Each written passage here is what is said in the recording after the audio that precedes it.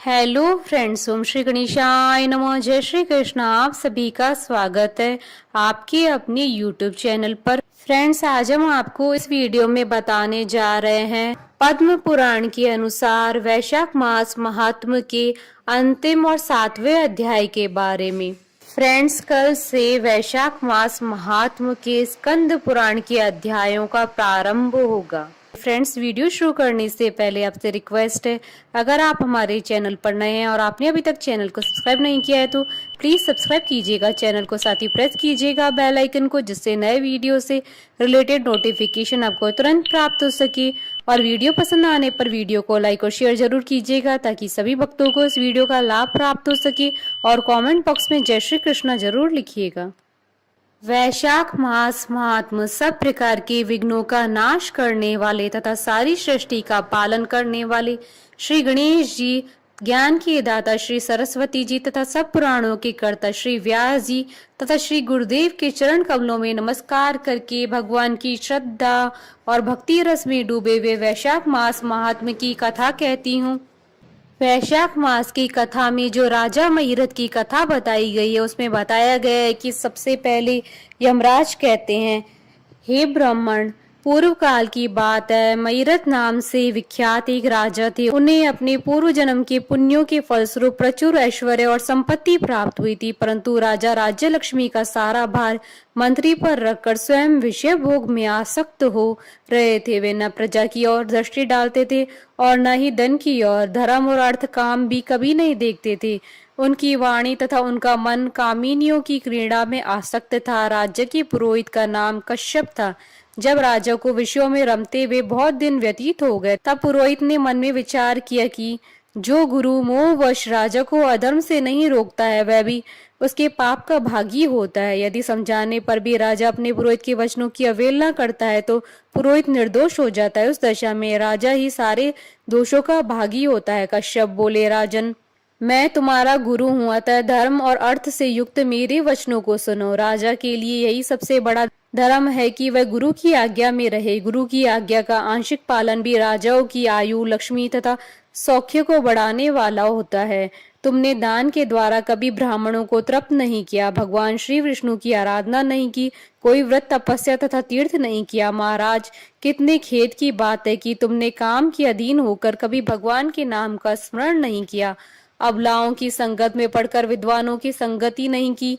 जिसका मन स्त्रियों ने हर लिया, उसे अपनी विद्या, तपस्या, त्याग, नीति तथा विवेकशील चित्त से क्या लाभ हुआ। एकमात्र धर्म ही सबसे महान और श्रेष्ठ है, जो मृत्यु के बाद भी साथ जाता है। शरीर के उपभोग में आने वाली अन्य जितनी वस्तुएं हैं, ये सब यही नष्ट हो जाती है। धर्म की सहायता से ही मनुष्य दुर्गति से पार होता है। राजेंद्र, क्या तुम नहीं जानते, मनुष्य के जीवन का विलास जल की उत्ताल तरंगों के समान चंचल एवं अनित्य है। जिनके लिए विनय ही पगड़ी और मुकुट है, सत्य और धर्म ही कुंडल है तथा त्याग ही कंगन है, उन्हें जड़ आभूषणों की क्या आवश्यकता है। मनुष्य की निर्जीव शरीर को काठ और डेले के समान पृथ्वी पर फेंके उनके बंधु बांधव मुंह फेर कर चल देते हैं। केवल धर्म ही उसके पीछे पीछे जाता है। सब कुछ जा रहा है, आयु प्रतिदिन क्षीण हो रही है तथा यह जीवन भी लुप्त हो जा रहा है। ऐसी अवस्था में भी तुम उठकर भागते क्यों नहीं। स्त्री, पुत्र आदि, कुटुंब, शरीर तथा द्रव्य संग्रह, ये सब पराये हैं, अनित्य है, किंतु पुण्य और पाप अपने हैं। जब एक दिन सब कुछ छोड़कर तुम्हें विवशता पूर्वक जाना ही है, तो तुम अनर्थ में फंसकर अपने धर्म का अनुष्ठान क्यों नहीं करते हो। मरने के बाद उस दुर्गम पथ पर अकेले कैसे जा सकोगे, जहाँ न ठहरने के लिए स्थान, न खाने योग्य अन्न, न पानी, न राह खर्च, न राह बताने वाला कोई गुरु ही है। यहाँ से प्रस्थान करने के बाद तुम्हारे पीछे कुछ भी नहीं जाएगा, केवल पाप और पुण्य जाते समय तुम्हारे पीछे पीछे जाएंगे।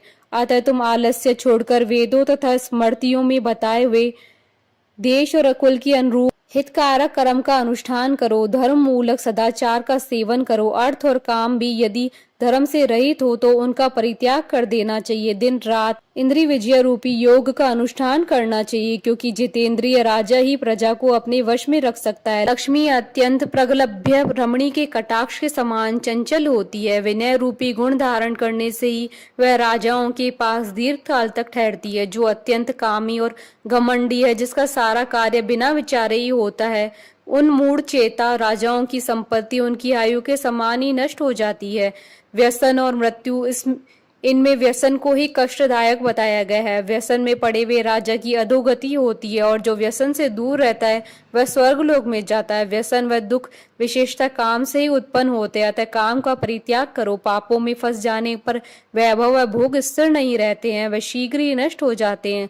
चलते रुकते जागते सोते समय भी इसका चित्त विचार में संलग्न नहीं रहता है, वह जीते जी मरे तुल्य है। विद्वान पुरुष विषय चिंता को छोड़कर समतापूर्ण स्थिर व व्यवहारिक युक्ति से परमार्थ का साधन करते हैं। जीव का चित्त बालक की भांति चपल होता है, अतः उसे बलपूर्वक काम लेना चाहिए। राजन, धर्म के तत्वदर्शी वृद्ध पुरुषों की बुद्धि का सारा ले पराबुद्धि के द्वारा अपने कुपथगामी चित्त को वश में करना चाहिए। लौकिक धर्म, मित्र, भाई, बंधु, हाथ पैरों का चलना, देशांतर में जाना, शरीर से कलेश उठाना तथा तीर्थ के लिए यत्न करना आदि कोई भी परम पद प्राप्ति में सहायता नहीं कर सकते। केवल परमात्मा में मन लगाकर उनका नाम जप करने से ही उस पद की प्राप्ति होती है। इसलिए राजन, विद्वान पुरुष को उचित है कि वह विषयों में प्रवृत्त हुए चित्त को रोकने के लिए यत्न करे। यत्न से वह अवश्य ही वश हो जाता है।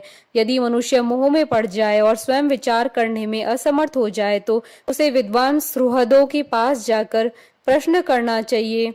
वे पूछने पर यथोचित कर्तव्य का उपदेश देते हैं। कल्याण की इच्छा रखने वाले को हर एक उपाय से काम और क्रोध का निग्रह करना चाहिए, क्योंकि वे दोनों ही कल्याण का विघात करने के लिए उद्यत रहते हैं। हे राजन, काम बड़ा बलवान है, वह शरीर के भीतर रहने वाला महान शत्रु है। श्रेय की अभिलाषा रखने वाले पुरुष को उसके अधीन नहीं बोलना चाहिए, अतः विधि पूर्वक पालन किया हुआ धर्म ही सबसे श्रेष्ठ है। इसलिए तुम धैर्य धारण करके धर्म की आचरण करो।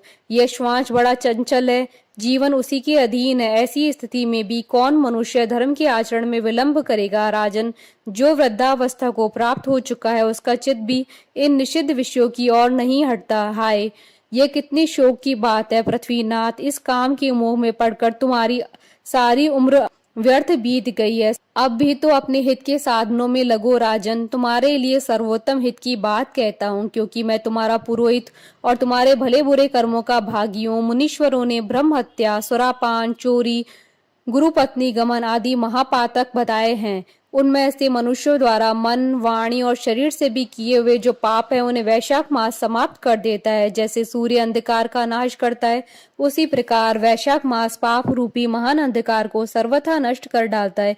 इसलिए तुम विधि पूर्वक वैशाख का व्रत पालन करो। राजन, मनुष्य वैशाख मास की विधि के अनुष्ठान द्वारा होने वाले पुण्य के प्रभाव से जन्म भर के लिए घोर पापों का परित्याग करके परम धाम को प्राप्त होता है। इसलिए महाराज, तुम भी इस वैशाख मास में प्रातः स्नान करके विधि पूर्वक भगवान मधुसूदन की पूजा करो। जिस प्रकार कूटने छांटने की क्रिया से चावल की भूसी छूट जाती है, मांजने से तांबे की कालिक मिट जाती है, उसी प्रकार शुभ कर्म का अनुष्ठान करने से पुरुष के अंतःकरण का मल धुल जाता है। राजा ने कहा, सौम्य स्वभाव वाले गुरुदेव, आपने मुझे वह अमृत पिलाया है जिसका आविर्भाव समुद्र से नहीं हुआ है। आपका वचन संसार रूपी रोग का निवारण तथा दुर्व्यसनों से मुक्त करने वाला द्रव्य भिन्न औषध है। आपने कृपा करके मुझे आज इस औषध का पान कराया है। विप्रवर सत्पुरुषों का समागम मनुष्य को हर्ष प्रदान करने वाला है। उनके पाप को दूर भगाने वाला तथा जरा मृत्यु का अपहरण करने वाली संजीवनी बूटी है। इस पृथ्वी पर जो जो मनोरथ दुर्लभ माने गए वे सब यहाँ साधुओं के प्रसंगों के संग से प्राप्त हो जाते हैं। जो पापों का अपहरण करने वाली सत्संग की गंगा में स्नान कर चुका है, उसे दान, तीर्थ सेवन, तपस्या तथा यज्ञ करने की क्या आवश्यकता है। प्रभु, आज के पहले मेरे मन में जो जो भाव उठते थे वे सब केवल काम सुख के प्रति लोभ उत्पन्न करने वाले थे, परंतु आज आपके दर्शन से तथा वचन सुनने से उसमें विपरीत भाव आ गया है। मूर्ख मनुष्य एक जन्म के सुख के लिए हजारों जन्मों का सुख नष्ट करता है और विद्वान पुरुष एक जन्म से हजारों जन्म मना लेता है। हाय हाय, कितनी खेद की बात है कि मुझ मूर्ख ने अपने मन को सदा काम जनित रस के अवसादन सुख में ही फंसाए रखने के कारण कभी कुछ भी आत्म कल्याण का कार्य नहीं किया। अहो, मेरे मन का कैसा मोह है जिससे मैंने स्त्रियों की फेर में पड़कर अपनी आत्मा को घोर विपत्ति में डाल दिया, जिसका भविष्य अत्यंत दुखमय है, जिसे पार पाना बहुत कठिन है। भगवान, आपने स्वतः संतुष्ट होकर अपनी वाणी से आज मुझे मेरी स्थिति का बोध करा दिया। अब उपदेश देकर मेरा उद्धार कीजिए। पूर्व जन्म में मैंने कोई पुण्य कर्म किया था जिससे आपने मुझे बोध कराया है। विशेषतः आपके चरणों की धूलि से आज मैं पवित्र हो गया हूँ। वक्ताओं में श्रेष्ठ, अब आप मुझे वैशाख मास की विधि बताइए। कश्यप जी बोले, राजन, बुद्धिमान पुरुष को चाहिए कि वह बिना पूछे अथवा अन्याय पूर्वक पूछने पर भी किसी को उपदेश न दे। लोक में जानते हुए भी जड़वत अनजान की भांति आचरण करे, परंतु विद्वानों, शिष्यों, पुत्रों तथा श्रद्धालु पुरुषों को उनके हित की बात कृपा पूर्वक बिना पूछे भी बतानी चाहिए। राजन, इस समय तुम्हारा मन धर्म में स्थित हुआ है, अतः तुम्हें वैशाख स्नान की उत्तम व्रत का पालन कराऊंगा। तदंतर पुरोहित कश्यप ने राजा महिरथ से वैशाख मास में स्नान, दान तथा पूजन कराया। शास्त्र में वैशाख स्नान की जैसी विधि उन्होंने देखी थी, उनका पूरा पूरा पालन कराया। राजा महिरथ ने भी गुरु की प्रेरणा से उस समय विधि पूर्वक सब नियमों का पालन किया तथा माधव मास का जो जो विधान उन्होंने बताया वह आदर पूर्वक सुना। उन नृपश्रेष्ठ ने प्रातः काल स्नान करके भक्ति भाव के साथ पाद्य और अर्घ्य आदि देकर श्री हरि का पूजन किया तथा नैवेद्य का भोग लगाया। यमराज कहते हैं, ब्राह्मण, तत्पश्चात राजा के ऊपर काल की दृष्टि पड़ी। अधिक मात्रा में रति का सेवन करने से उन्हें क्षय का रोग हो गया था, जिससे उनका शरीर अत्यंत दुर्बल हो गया था। अंतोगत्वा उनकी मृत्यु हो गई। उस समय मेरे तथा भगवान विष्णु के दूत भी उन्हें लेने पहुंचे। विष्णु दूतों ने, ये राजा धर्मात्मा है, यूं कहकर मेरे सेवकों को डांटा और स्वयं राजा को विमान में बैठाकर वैकुंठ लोक को ले गए। वैशाख मास में प्रातः काल स्नान करने से राजा का पातक नष्ट हो चुका था। भगवान विष्णु के दूत अत्यंत चतुर होते हैं। वे भगवान की आज्ञा के अनुसार राजा महिरथ को नरक मार्ग के निकट से ले चले। जाते जाते राजा ने नरक में पकाए जाने के कारण घोर चित्कार करने वाले नारकीय जीवों का अंतर्नाद सुना। कढ़ा में डालकर औटाए जाने वाले पापियों का क्रदन बड़ा भयंकर था। सुनकर राजा को बड़ा विस्मय हुआ। वे अत्यंत दुखी होकर दूतों से बोले, जीवों के कराहने की यह भयंकर आवाज क्यों सुनाई दे रही है? इसमें क्या कारण है? आप लोग यह सब बताने की कृपा करें। विष्णु दूत बोले, जिन प्राणियों ने धर्म की मर्यादा का परित्याग किया है, जो पापचारी एवं पुण्यहीन, वे तामस्त्र आदि भयंकर नरकों में डाले गए हैं। पापी मनुष्य प्राण त्याग के पश्चात यमलोक के मार्ग में आकर भयानक दुख भोगते हैं। यमराज के भयंकर दूत उन्हें इधर उधर घसीटते हैं। वे अंधकार में गिर पड़ते हैं, उन्हें आग में जलाया जाता है, उनके शरीर में कांटे चुभाए जाते हैं, उनको आरी से चीरा जाता है तथा वे भूख प्यास से पीड़ित रहते हैं। पीव और रक्त की दुर्गंध के कारण उन्हें बार बार मूर्छा आ जाती है। कहीं खोलते हुए तेल में औटाए जाते हैं, कहीं उन पर मूसलों की मार पड़ती है और कहीं तपाए हुए लोहे की शिलाओं पर डालकर उन्हें पकाया जाता है। कहीं वमन, कहीं पीप और कहीं रक्त उन्हें खाने को मिलता है। मुर्दों की दुर्गंध से भरे हुए करोड़ों नरक है, जहाँ शरपत्र वन है, शिलापात के स्थान है जहाँ पापी शिलाओं पर पटके जाते हैं तथा वहाँ की समतल भूमि भी आग से तपी हुई है। इसके सिवा गर्म लोहे के, खोलते हुए तेल के, मैदा के, तपे हुए स्तंभ के तथा कूट शालमली नाम के नरक हैं। छुरे, कांटे, कील, उग्र ज्वाला के कारण शोभ एवं भय उत्पन्न करने वाले बहुत से नरक है। कहीं तपी हुई वैतरणी नदी है, कहीं पीप से भरे हुए अनेकों कुंड है। इन सब में पृथक पृथक पापियों को डाला जाता है। कुछ नरक ऐसे हैं जो जंगल के रूप में, वहाँ के पत्ते तलवार की धार के समान है, इसी से उन्हें असी पत्र वन कहते हैं। वहां प्रवेश करते ही नर नारियों के शरीर कटने और छिलने लगते हैं। कितने ही नरक घोर अंधकार तथा आग की लपटों के कारण अत्यंत दारुण प्रतीत होते हैं। उन्हें बार बार यातना भोगने के कारण पापी जीव नाना प्रकार के स्वरों में रोते हुए विलाप करते हैं। राजन, इस प्रकार ये शास्त्र विरुद्ध कर्म करने वाले पापी जीव कराहते हुए नरक यातना का कष्ट भोग रहे हैं। उन्हीं का यह क्रदन हो रहा है। सभी प्राणियों को अपने पूर्वत कर्मों का भोग भोगना पड़ता है। पराई स्त्री का संग प्रसन्नता के लिए किया जाता है, किंतु वास्तव में वह दुख ही देने वाला होता है। 2 घड़ी तक किया हुआ विषय सुख का अवसादन अनेक कल्पों तक दुख देने वाला होता है। राजेंद्र, तुमने वैशाख मास में प्रातः स्नान किया, उसकी विधि का पालन करने से तुम्हारा शरीर पावन बन गया। उसे छूकर बहने वाली वायु का स्पर्श पाकर ये क्षण भर के लिए सुखी हो गए। तुम्हारे तेज से इन्हें बड़ी तृप्ति मिल रही है, इसी से अब ये नरकवर्ती जीव कराहना छोड़ चुप हो गए हैं। पुण्यवानों का नाम भी यदि सुना या उच्चारण किया जाए तो वह सुख का साधक होता है तथा उन्हें छूकर चलने वाली वायु भी शरीर में लगने पर बड़ा सुख देती है। यमराज कहते हैं, करुणा के सागर राजा महिरथ के अद्भुत कर्म करने वाले भगवान श्री विष्णु के दूतों की उपयुक्त बात सुनकर द्रवित हो उठे।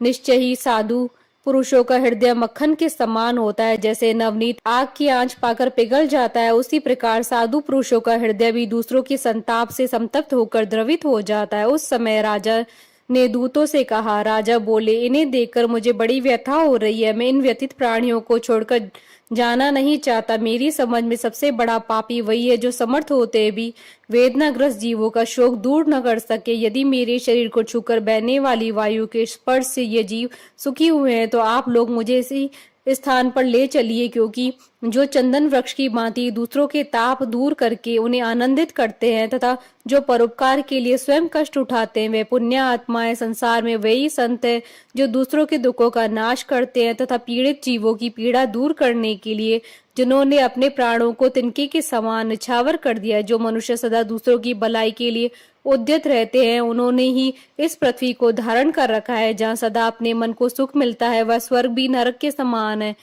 अतः साधु पुरुष सदा दूसरों के सुख से ही सुखी होते हैं। यहाँ नरक में गिरना अच्छा, प्राणों से वियोग हो जाना भी अच्छा, किंतु पीड़ित जीवों की पीड़ा दूर किए बिना एक ही क्षण में सुख भोगना अच्छा नहीं है। दूत बोले, हे राजन, पापी मनुष्य अपने कर्मों का ही फल भोगते हुए भयंकर नरक में पकाए जाते हैं। जिन्होंने दान, होम तथा पुण्य तीर्थ में स्नान नहीं किया है, मनुष्यों का उपकार तथा कोई उत्तम पुण्य नहीं किया, वे परलोक में आने पर भी घोर नरकों में पकाए जाते हैं।